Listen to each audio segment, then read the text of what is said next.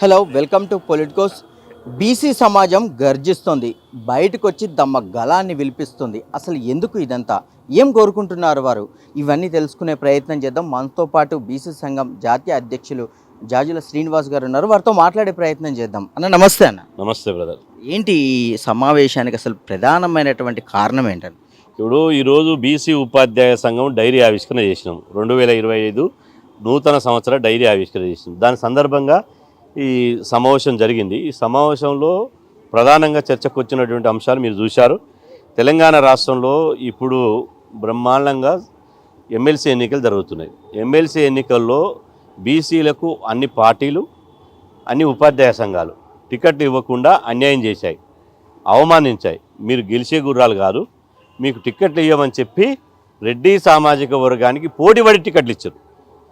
నేను అంటున్న బక్కరెడ్లకు నేను వ్యతిరేకం కాదు, మేము వ్యతిరేకం కాదు. బీసీ సమాజం బక్కరెడ్లే, పేదరెడ్లు ఎక్కడున్నా పేదరికంతో ఉంటారు. కానీ ఇక్కడ గమనించాల్సింది ఏంటంటే, ఈరోజు ఇవాళ ఏ యూనియన్ తీసుకున్నా, ఏ నియోజకవర్గం తీసుకున్నా ఒకే సామాజిక వర్గానికి రెడ్లకు ఇవాళ వాళ్ళ 5% ఓట్లున్నోనికి ఇవాళ టికెట్లు ఎట్టిస్తారు. కాబట్టి మా ప్రణాళిక 100% ఈ ఎమ్మెల్సీ ఎన్నికల్లో రెడ్ల రాజకీయాలకు తెరదించాలి. తెలంగాణ రాష్ట్రంలో రెడ్ల పాలనకు ఇలా పులి స్టాప్ పెట్టాలి. రెడ్ల పాలనకు, రెడ్ల రాజకీయాలకు పులి స్టాప్ పెట్టాలంటే బీసీ అభ్యర్థులను గెలిపించాలి. ఖమ్మం, నల్గొండ, అదేవిధంగా వరంగల్ నుంచి ఒక బీసీ బిడ్డ పూల రవీందర్ నిలబడ్డాడు. అదేవిధంగా ఉపాధ్యాయ నియోజకవర్గం నుంచి, అదే ఉపాధ్యాయ నియోజకవర్గం నుంచి కరీంనగర్, నిజామాబాద్, ఆదిలాబాద్, మెదక్ నుంచి మల్క కొమరే గారు, అదేవిధంగా పట్టభద్రుల ఎమ్మెల్సీ నుంచి, గ్రాడ్యుయేట్స్ ఎమ్మెల్సీ నుంచి ఒక బీసీ బిడ్డ ప్రసన్న హరికృష్ణ గారు నిలబడ్డారు. ఈ ముగ్గురిని గెలిపించడం ద్వారా 100% మేము వీళ్ళు గెలవడం ఖాయం. ఎన్నికల్లో ఇవాళ మెజార్టీ ఎంతనే ఆలోచిస్తున్నాం. గెలుపు ఎప్పుడో ఖాయమైపోయింది.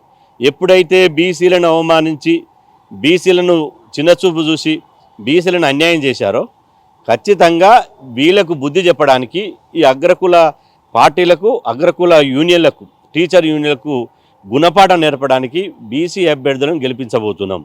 ఈ బీసీ అభ్యర్థులు గెలిపించడం ద్వారా ఒక తెలంగాణ రాష్ట్రంలో బీసీల సునామీ సృష్టించబోతున్నాం. మీరు చూడండి, నేను ఛాలెంజ్ చేస్తున్నా, ఓపెన్ ఛాలెంజ్ చేస్తున్నా. ఎవరికైనా దమ్ము ధైర్యం అంటే రండి. వాళ్ళు ఏం లేదు, ఇప్పుడు అగ్రకుల అభ్యర్థులు పైసలని, అదేవిధంగా మద్యాన్ని నమ్ముకున్నారు. పైసలతోటి, మద్యంతో ఏం చేద్దాం, వాళ్ళ డబ్బు సంచుల్ని, వాళ్ళ మద్యం సీసల్ని బొందబెట్టి బీసీ బిడ్డలు ఆత్మగౌరవంతో, బీసీ జాతిలో పుట్టినటువంటి బిడ్డలంతా, చీమునెత్తురున్న బిడ్డలంతా ఆత్మగౌరవంతో తిరుగుబాటు చేస్తున్నారు. ఓటు అనే ఆయుధంతో తోటి ఎస్సీ, ఎస్టీ, మైనార్టీలను కలుపుకొని మేము 90% ఉన్నాం, 9% ఉన్న ఎట్ట గెలుస్తారో చూసుకుంటామని చెప్పి బయలుదేరారు. కాబట్టి తెలంగాణ రాష్ట్రంలో ఈ అగ్రకుల రాజకీయాలకు చెక్ పెట్టాలనేటువంటి ఉద్దేశం వచ్చింది. ఇవాళ మీరు చూడండి ఎంత అన్యాయం జరుగుతుందో. పీఆర్టీయూ ఉన్నది. పీఆర్టీయూ అంటే ప్రోగ్రెస్ రికగ్నైజ్డ్ టీచర్స్ యూనియన్. ఇలా 2 ఎమ్మెల్సీ ఎన్నికలు జరుగుతున్నాయి. ఒకటి రెడ్డి నిలబడని, పోని వాళ్ళ వాటర్ రెడ్డి ఒకటి రాదు నిలబడని, కానీ ఇంకొకటి బీసీకి ఇవ్వాలి కదా. నల్గొండ ఉపాధ్యాయ నియోజకవర్గం నుంచి శ్రీపాల్ రెడ్డి నిలబడతాడు, కరీంనగర్ ఉపాధ్యాయ నియోజకవర్గం నుంచి వంగ మహేందర్ రెడ్డి నిలబడతాడు. ఇంకా 2 కాలైనా ఇంకో 2 రెడ్లు నిలబడేవాళ్ళు. అందుకే పిఆర్టీని రెడ్ల సంఘంగా మీరు అభివృద్ధి. పిఆర్టీ అంటేనే పక్కా రెడ్డి టీచర్స్ యూనియన్. డౌటా? పక్కా రెడ్డి టీచర్స్ యూనియన్ అని చెప్పుకోవడానికి వాళ్ళు 2 రెడ్లకి ఇచ్చారు. కాబట్టి ఓట్ల ద్వారా ఈ పిఆర్టీయుని, ఈ ఉపాధ్యాయ సంఘాన్ని రాజకీయంగా బొందబెట్టాలి. ఇక మీ ఆటలు సాగవు. తెలంగాణ వచ్చిన తర్వాత మీరు 5% లేరు. ఇవాళ మీ పెత్తనం ఏంది? మా ఓట్లతోటి మీరు అధికారంలోకి వచ్చి మా మీదనే. ఇవాళ నేను అంటున్నా, 43 మంది రెడ్లు ఉన్నారు కదా ఇప్పటికే తెలంగాణ అసెంబ్లీలో. 43 మంది రెడ్లు తెలంగాణ అసెంబ్లీలో ఇప్పటికే ఉన్నారు. ఇక 45వ రెడ్డి, 46వ రెడ్డి, 47వ రెడ్డి ఏం చేస్తారు? వచ్చి ముఖ్యమంత్రి దగ్గర పైరవీలు చేసుకుని సచివాలయంలో సంచులు మోసుడు తప్ప ఏం చేసేది? పైరవీలు చేసేది తప్ప మీరు ఏమైనా ప్రశ్నిస్తారా? మీ వల్ల ఏం ఉపయోగం అవుతుంది? మీరు ఏం చేస్తారో చెప్పండి. ఇవాళ బీసీ బిడ్డలు గెలిపిస్తే బీసీల బతుకు గురించి చట్టసభల్లో వారిని వినిపిస్తారు.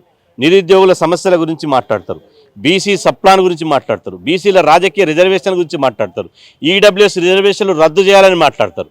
ఇలా బీసీల హక్కుల కోసం గొంతు విప్పి కొట్లాడతారు ఇలా ప్రతిపక్షంలో ఉన్నటువంటి బీసీ బిడ్డలు వీళ్ళు. కాబట్టి ఈ 43 మందితో పాటు ఇప్పుడు ఇంకో 3 గెలిపిస్తే గంగిరెద్దులు లెక్కనే అవుతారు తప్ప, అయ్యాబాస అంటోళ్ళు గంగిరెద్దు లెక్క తల ఊపేటోళ్ళు తప్ప వీళ్ళ వల్ల ఏమి ఒరిగేది లేదు. ఇవాళ నేను బీసీ, ఎస్సీ, ఎస్టీ సమాజానికి నేను విజ్ఞప్తి చేస్తున్నా, ఆత్మగౌరవం ఉన్న బిడ్డలు ఖచ్చితంగా ఓటుని వజ్రాయుధంగా తీసుకుని ఒక్క దెబ్బ కొడితే ఢిల్లీ దాకా అది సెగదగలాలి. ఈ తెలంగాణ రాష్ట్రంలో రెడ్ల రాజకీయాలకు తెరదించాలి.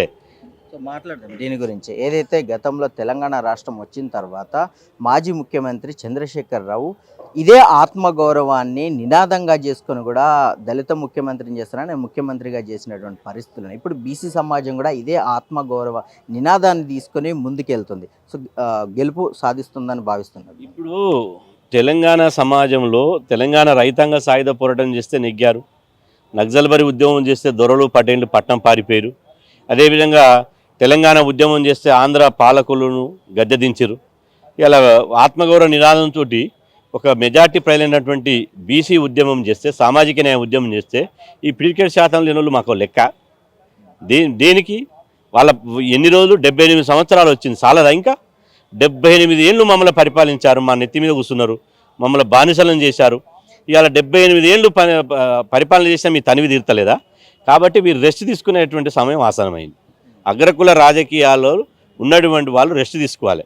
ఈ యువతలో అడుగడుగున గ్రామాల నుంచి మొదలుకుంటే పట్టణాల వరకు బీసీ వాదం ఉవ్వెత్తున లేచింది.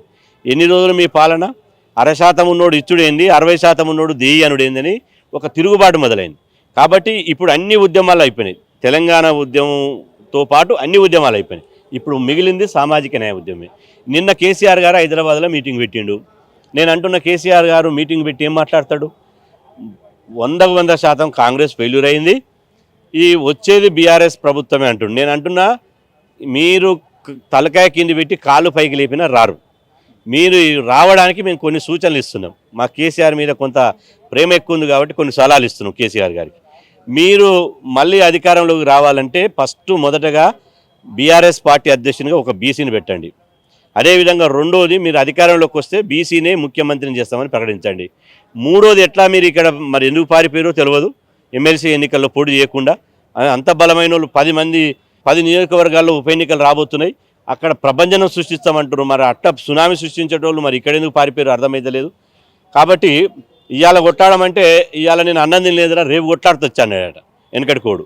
కాబట్టి ఇక్కడ చేయలేదు. కాబట్టి ఇప్పుడు మీకు నిజంగా బీఆర్ఎస్ పార్టీకి ముఖ్యంగా కవిత గారి మధ్యన బీసీ అంటున్నది. అమ్మ, నువ్వు నిజంగా బీసీ నినాదం, నువ్వు నిజంగా కవిత గారికి బీసీల పట్ల చిత్తశుద్ధి ఉంటే, బీసీల పట్ల ప్రేమ ఉంటే, నిజంగా బీసీ బిడ్డలని అందరితో సమానంగా మీరు చూడాలనుకుంటే, మీరు తక్షణమే మీ నాన్నను ఒప్పించి బీఆర్ఎస్ పార్టీ నుంచి బీసీ ఎమ్మెల్సీ ఓలైతే నిలబడరో ఇప్పుడు ఆ ఎమ్మెల్సీలో ఎన్నికల్లో బీసీ అభ్యర్థులను గెలిపించండి అని ఒక స్టేట్మెంట్ ఇప్పియండి. లేదా మీరు కవిత గారు నిజంగా నేను బీసీల కోసమే పోరాటం చేస్తున్నాను మీరు ఆత్మసాక్షి ప్రకారం అనుకుంటే, మీరు ఈ ఎన్నికల్లో బీఆర్ఎస్ పార్టీ మా జాగృతి రెండు కూడా మేము బీసీ ఎమ్మెల్సీ అభ్యర్థులకు మద్దతు ఇస్తున్నామని చెప్పి మాతో పాటు ఎన్నికల క్షేత్రానికి రండి, మా బీసీ అభ్యర్థుల కోసం ఎన్నికల ప్రచారం నిర్వహించండి. అప్పుడు కవిత గారు నమ్ముతాం తప్ప దళితును ముఖ్యమంత్రి దళితులు వస్తున్న చైతన్యాన్ని పక్కదారి పట్టించడానికి దళితును ముఖ్యమంత్రి అని చెప్పి దళితులను రాజకీయ సమాజ్ చేశారు. సో కవిత గారు అట్లా బయటకు వచ్చి బీసీ నినాదంతో ముందుకు మీతో నడిస్తే ఖచ్చితంగా వారితో కలుస్తారా మీరు? 100%. ఇప్పుడు మమ్మల్ని గెలిపించాలని ఆమె వస్తే మేము 100% స్వాగతిస్తాం. నిజంగానే కవితకు బీసీల పట్ల చిత్తశుద్ధి ఉందనుకుంటాం.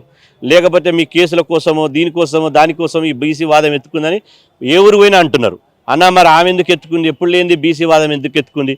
10 సంవత్సరాలు వాళ్ళ నాన్న ముఖ్యమంత్రి ఉన్నప్పుడు ఎందుకు బీసీ సప్లాన్ పెట్టాలని నాన్న అని అడగలే? ఎందుకు హైదరాబాద్లో పూలే విగ్రహం పెట్టాలని అడగలే? ఎందుకు బీసీ సమస్యల గురించి ఒక్కరోజు కూడా కవిత గారు వాళ్ళ నాన్నని కానీ మంత్రులను కానీ అడగలేదు? ఇవాళ 10 సంవత్సరాల కాలంలో పవర్ ఎంజాయ్ చేసి పవర్ వాగానే బీసీలో వస్తున్నటువంటి చైతన్యాన్ని పక్కదారి పట్టించి మళ్ళీ ఒకసారి బీఆర్ఎస్ పార్టీని అధికారంలో తేవడానికి పెద్ద కుట్ర చేసి బీసీ వాదం ఎత్తుకుంటుందని ఇవాళ ఒక అపవాదం అయితే వస్తుంది కదా. నిజంగా అపవాదం పోవాలంటే ఇప్పుడు మంచి అవకాశం, కవిత గారికి బ్రహ్మాండమైన అవకాశం. 6-7 రోజులు ఉంది. ఈ 6-7 రోజుల్లో మీరు రండి, బీసీ ఎమ్మెల్సీ అభ్యర్థులను గెలిపించండి అంటే అప్పుడు బీసీ సమాజం అంతా హర్షిస్తుంది. నేనే కాదు, నేను ఒక వ్యక్తిని కాదు, బీసీ సమాజం అంతా కవిత గారు బీసీల కోసం చేసింది నిజంగా ఆమె చేసే పోరాటంలో నిజాయితీ ఉన్నది, చిత్తశుద్ధి ఉన్నది అని చెప్పి నమ్ముతారు. లేకపోతే ఓట్ల కోసమో సీట్ల కోసమో బీసీ ఉద్యమాన్ని డైవర్ట్ చేసే కోసమో కవిత గారు చేసే ఎత్తుగడనేగా బీసీ సమాజం భావిస్తుంది. సో ఇంకొక క్వశ్చన్ అన్న, బీజేపీ బీసీలని అధ్యక్షుడిగా చేస్తామని చెప్పి చెప్తున్నప్పుడు టీపీసీసీ ప్రెసిడెంట్ మహేష్ కుమార్ గౌడ్ కూడా ఇంకో 4 సంవత్సరాల్లో ఖచ్చితంగా కూడా బీసీనే ముఖ్యమంత్రిగా ఉంటాడని చెప్పేసి కూడా వారు మాటిచ్చిన నేపథ్యంలో ఎటువైపు చూస్తుంది బీసీ సమాజం? ఇప్పుడు రాష్ట్రంలో బీసీల రాజకీయ ప్రభంజనం ప్రారంభమైంది. దీన్ని ఎవ్వడు ఆపలేడు. నేను ఛాలెంజ్ చేస్తున్నా. ఎందుకంటే ఇన్ని రోజులు 78 ఏళ్ళుగా మమ్మల్ని మసిబూసి మారేడుగాయలు అమ్మి, అదేవిధంగా రాయితీల మత్తు నుంచి సంక్షేమ పథకాల ముసుగులు పెట్టి మమ్మల్ని రాజకీయ అధికారానికి రాకుండా కుట్రలు చేశారు. ఇప్పుడు యువతరం అంతా, ఉద్యోగ సమాజం అంతా చైతన్యం మీద తెలుసుకున్నారు. ఇప్పుడు ఇవాళ పిసిసి అధ్యక్షుడు మహేష్ కుమార్ గౌడ్ గారే స్వయంగా చెప్పారు కదా, రేవంత్ రెడ్డి గారే చివరి ముఖ్యమంత్రి, మళ్ళీ ముఖ్యమంత్రి కాంగ్రెస్ పార్టీ అయితే ఎవరైనా రెండోసారి అధికారంలోకి వస్తే మేము బీసీని ముఖ్యమంత్రిని చేస్తామని అన్నారు కదా. అదేవిధంగా నరేంద్ర మోడీ గారు ఈ దేశ ప్రధానమంత్రి వచ్చి లాల్ బహదూర్ స్టేడియంలో ఇది రాష్ట్రానికి ఒక బీసీని ముఖ్యమంత్రి చేస్తామని చెప్పాడు కదా. ఇప్పుడు మిగిలింది బీఆర్ఎస్ పార్టీ బీసీల మీద ఒక వాదం మీద బీసీల మీద ఎలా స్పందిస్తలేదు.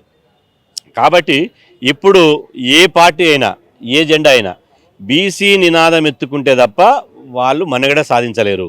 వాళ్ళు రాజకీయంగా మనుగడ సాధించాలంటే మీరు ఈ పనికిరాని విషయాలు, మేము ప్రభుత్వ వ్యతిరేకత ఉంది, ఆ విషయాల మీద పోరాటం చేస్తున్నాం, ఈ విషయాలు కాదు. బీసీలలో మా విషయాల గురించి మాకు పోరాటం చేసే తెలుసు. బీసీలలో ఒక ఆకాంక్ష బలంగా పేర్కొన్నది, ఆకాంక్ష బలంగా ఉన్నది. ఏమి ఇవాళ మాకు 60% ఉన్నోడు, 5% ఉన్నోడు 28 సార్లు ముఖ్యమంత్రులు అయ్యారు, 60% ఉన్నోడు ముఖ్యమంత్రి కాలేదు. ఎన్ని రోజులు ఇంకా వాళ్ళు పోతే వీడు పోతే వాడు, ఈ వెలమ పోతే రెడ్డి పోతే వెలమ తప్ప 60% ఉన్న బీసీ ముఖ్యమంత్రి కాడా? ఎన్ని రోజులు చేయాలి? మా తాత బానిసత్వం చేసిండు, మా తండ్రి బానిసత్వం చేసిండు, మేము కూడా చేయాలని ఒక తిరుగుబాటు మొదలైంది. ఈ తిరుగుబాటు గమనించి మా ఆకాంక్షను గౌరవించిన రాజకీయ పార్టీలు మనుగడ సాధిస్తాయి. మా ఆకాంక్షను గౌరవించినటువంటి పార్టీలు 100% రాజకీయంగా భారీ మూల్యం చెల్లించుకోవాల్సి వస్తుంది. అధికారంలో ఉన్నోడు బీసీ అనకపోతే ప్రతిపక్ష పాత్ర పోతాడు, ప్రతిపక్షంలో ఉన్నోడు బీసీ అనకపోతే ఇప్పుడున్న ప్రతిపక్ష హోదా కూడా దక్కకుండా పోతాడు. సో ఫైనల్గా ఒక క్వశ్చన్ అన్న, భవిష్యత్తులో బీసీ ముఖ్యమంత్రిగా అయితే బీసీ పార్టీ ద్వారా అవుతారా, లేకపోతే పార్టీలకు అతీతంగా కాకుండా వేరే ఒక పార్టీ ద్వారా అవుతారా? ఎట్లా? పార్టీ ద్వారా అవుతారా, లేకపోతే ఇంకో బీసీ పార్టీ ద్వారా అవుతారా, లేకపోతే ఇంకో పార్టీ ద్వారా అవుతారా అనేది ఇంపార్టెంట్ కాదు. ఒక బీసీ బిడ్డ ముఖ్యమంత్రి అయిందా లేదా అనేది ఇంపార్టెంట్. అంటే ఇక్కడ బీసీ సమాజం సొంత పార్టీని పెట్టబోతుందనే ఊహాగానాలు కూడా, దీన్ని ఊహాగానాలుగానే తీసుకుని ఆచరణ కూడా వాస్తవమే. మీరు అనే విషయం వాస్తవమే. ఇప్పుడు బీసీలకు రాజకీయ పార్టీ కావాలని అందరూ కోరుతున్నారు. వీళ్ళు ఇదే విధంగా ఇప్పుడు ఎమ్మెల్సీ ఎన్నికలు చూసారు కదా, అసెంబ్లీ ఎన్నికల్లో మొత్తం రెడ్డి సామాజిక వర్గానికి ఇచ్చారు, ఎంపీ ఎన్నికల్లో రెడ్డి సామాజిక వర్గానికి ఇచ్చారు, ఎమ్మెల్సీ ఎన్నికల్లో మొత్తం రెడ్డి సామాజిక వర్గానికి ఇచ్చారు. ఇక బీసీలకు టికెట్లు ఇవ్వకపోతే రూమ్లో పిల్లిని వేసి కొడితే ఏమవుతుంది? అది పులిలాగా ఎదురు తిరిగి గొంతు అందుకుంటుంది. అదేవిధంగా ఇక్కడ కూడా అదే జరుగుతుంది. ఖచ్చితంగా రాజకీయంగా అణిచివేసినప్పుడు, రాజకీయంగా మాకు స్పేస్ ఇవ్వనప్పుడు, రాజకీయంగా మమ్మల్ని రాజకీయ అంటరానితనంగా చూసినప్పుడు 100% బీసీ పార్టీ పుట్టుకొస్తుంది. బీసీ పార్టీ పుట్టుకొచ్చినప్పుడు మీ పార్టీ కార్యాలయాలకు టూలెట్ బోర్డులు పెట్టుకోవాలి. యూపీ, బీహార్లో ఎట్లయితే ఈ జాతీయ పార్టీలకు, ప్రాంతీయ పార్టీలకు ఇలా పోటీ చేయడానికి అభ్యర్థి దొరకలేదు, ఒకవేళ పోటీ చేసినా డిపాజిట్ రావడం లేదు, అదే పరిస్థితి ఇక్కడ వస్తుంది. Thank you. సో చూశారు కదా, ఖచ్చితంగా కూడా రాజకీయ పార్టీలకు అతీతంగానే ఈ రేపు దళిత ముఖ్యమంత్రి బీసీ సమాజం నుంచే వస్తారని చెప్పేసి కూడా వారు చెప్తున్న నేపథ్యంలో ఇక చూద్దాం మరి రాజకీయంగా తదుపరి బీసీల నినాదం ఎటు వెళ్తుంది, ఏ పార్టీ వైపు మొగ్గు చూపుతుందో కూడా తెలియాల్సి ఉన్న నేపథ్యంలో మరిన్ని అప్డేట్స్ కోసం చూస్తూనే ఉండండి పొలిటికోస్. ఇది ఇప్పటి వరకు అప్డేట్. కెమెరామెన్ వెంకటేష్ గౌడ్తో Narasimha reporting from press club, Hyderabad. Please subscribe to the channel and download the Politicos app from the links in the description.